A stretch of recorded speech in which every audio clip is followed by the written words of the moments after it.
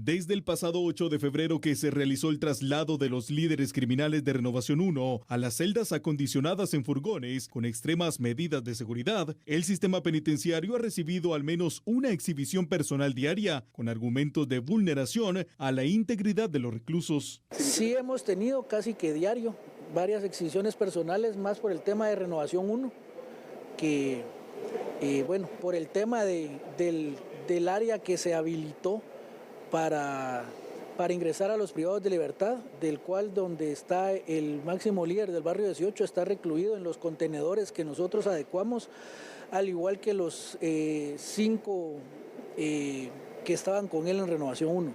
Esta semana las autoridades señalaron haber concluido con el censo de población reclusa, lo que les proporciona el dato exacto de los delincuentes asociados a las maras consideradas terroristas. Un porcentaje. Le puedo hablar del total del fichaje que hicimos, que fue 23.837. Nos arrojó el sistema que tenemos un aproximado de 2.500 privados de libertad catalogados como pandilleros o terroristas. Faltantes no tuvimos. Tuvimos 7 incongruencias, que de esas 7, 2 ya se determinó que un privado de libertad, 2 privados de libertad se registraron bajo diferentes nombres. Entonces lo que nos lleva de las 7 son 5 que todavía están bajo investigación. No tuvimos faltantes, no tuvimos suplantaciones, que era lo que a nosotros nos interesaba. Ha sido más cómo se llegan en el fichaje en tribunales y cómo ingresan al momento de digitarlos en el centro. El director del sistema penitenciario indicó que como producto de las últimas acciones en los centros carcelarios se ha reducido el registro de extorsiones y de cobros de talacha. Nosotros creemos que el nivel de extorsiones dentro de los centros, según la Dirección General del Sistema Penitenciario, es de un 30-35% y la talacha viene siendo un 80% menos. Me gustaría decir que no hay, pero no. Pero para nosotros es un gran avance lo que hemos logrado cubrir en estos días. Todos sabemos que la mayoría de personas se familiariza estando por cierto tiempo, por un tiempo largo en los lugares de trabajo, y es lo que hemos hecho ahorita desde la Dirección General, la rotación constante del personal en cada centro. Sin duda este censo puede marcar un antes y un después si se utiliza como una planeación eficiente para el sistema carcelario, pero si solo se tiene como un archivo estadístico, creo que no está enfrentando el problema estructural que se da en las cárceles del país. Así que hoy vamos a estar profundizando con el tema y tenemos a nuestro invitado Max Santa Cruz para darle la bienvenida. Max, ¿cómo te encuentras? Bienvenido. Buenas noches. Muy buenas noches, Andy y Fernando. Y por supuesto de la audiencia de A la Medida, un verdadero gusto estar otra vez este día miércoles con ustedes.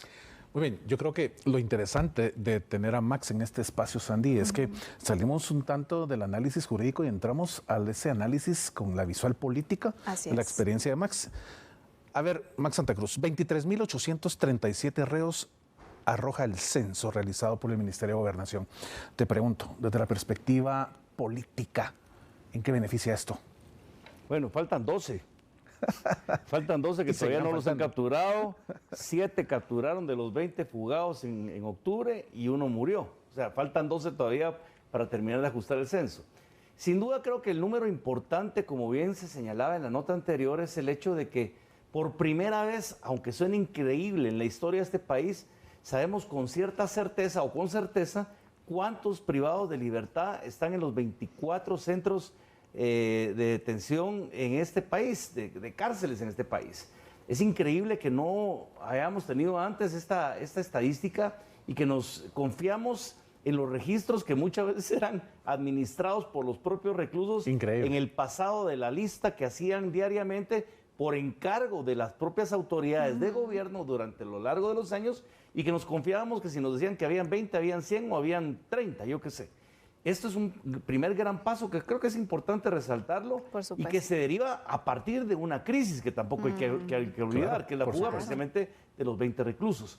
Otro tema para señalar es que esto se pudo terminar de alguna manera más eficiente a partir también del estado de sitio, de excepción en el que estamos viviendo y que está a punto de culminar también, que de alguna forma agilizó la fase final del registro biométrico y digital, cotejando la información con también la base de datos del RENAP. Creo que Hay que decirlo, es un paso importante, pero lógicamente también hay que entenderlo. Esto no viene a solucionar el tema de inseguridad como se hablaba antes. Este es un paso dentro de la cadena de muchos pasos más que hay que dar para verdaderamente devolver la seguridad y la confianza en las instituciones y en el sistema a la población.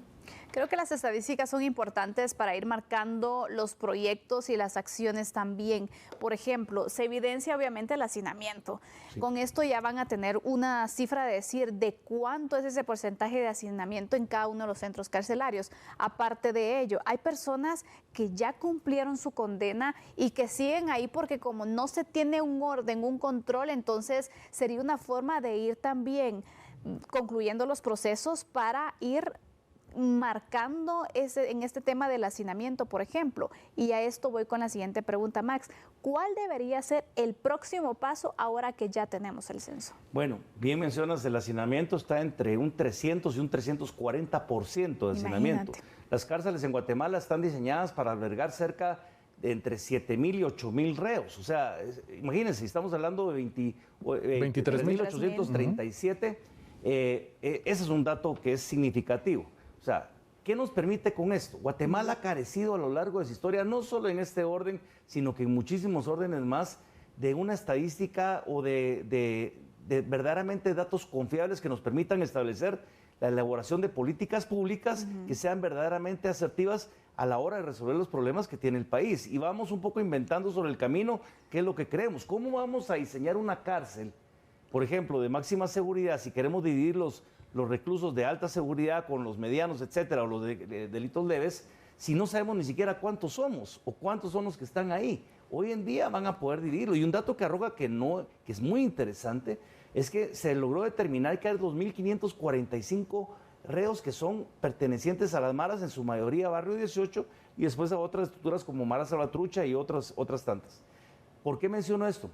Porque si lo vemos y lo comparamos con el dato que arrojabas en El Salvador hay 14,500 privados de libertad en una cárcel que tiene capacidad para 40,000, pero los 14,000 son pandilleros.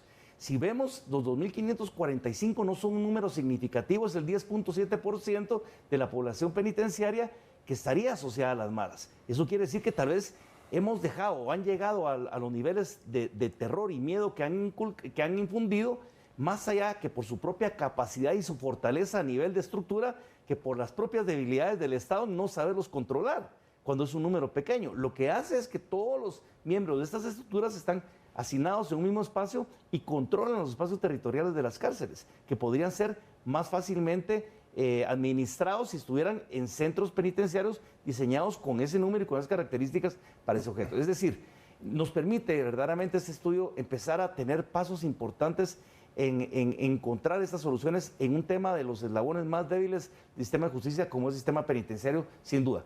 Pero es uno de los eslabones que hay que atender, porque no es el único, ni solo con esto se va a devolver la seguridad a la población. Dos temas quisiera, por favor, que pudieras comentarnos. El primero, lo decías, todo esto es reactivo. Esto no fue planificado, esto no estaba en la hoja de ruta o en el POA de este año. Y es reactivo a lo que sucedió con la fuga de los 20 reos. Está bien, se hizo. La segunda es, vemos en estas fotografías que producción nos está compartiendo al aire, muchas gracias, tal vez podemos colocar donde están en la parte de los furgones. Sí. Se adaptaron furgones. Sí. Me parece una idea dentro de lo que soluciona ipso facto en el momento, me parece muy bien. Podríamos hacer una torreta ahí de, no sé, 8 o 10 furgones, solo que le pongan una buena base para que no se vayan a caer, y entonces metemos en cada furgón la gente que se necesite para darle esa respuesta a la población en materia de que no se ve claro si vamos a tener una cárcel de máxima seguridad construida antes de que termine esta gestión.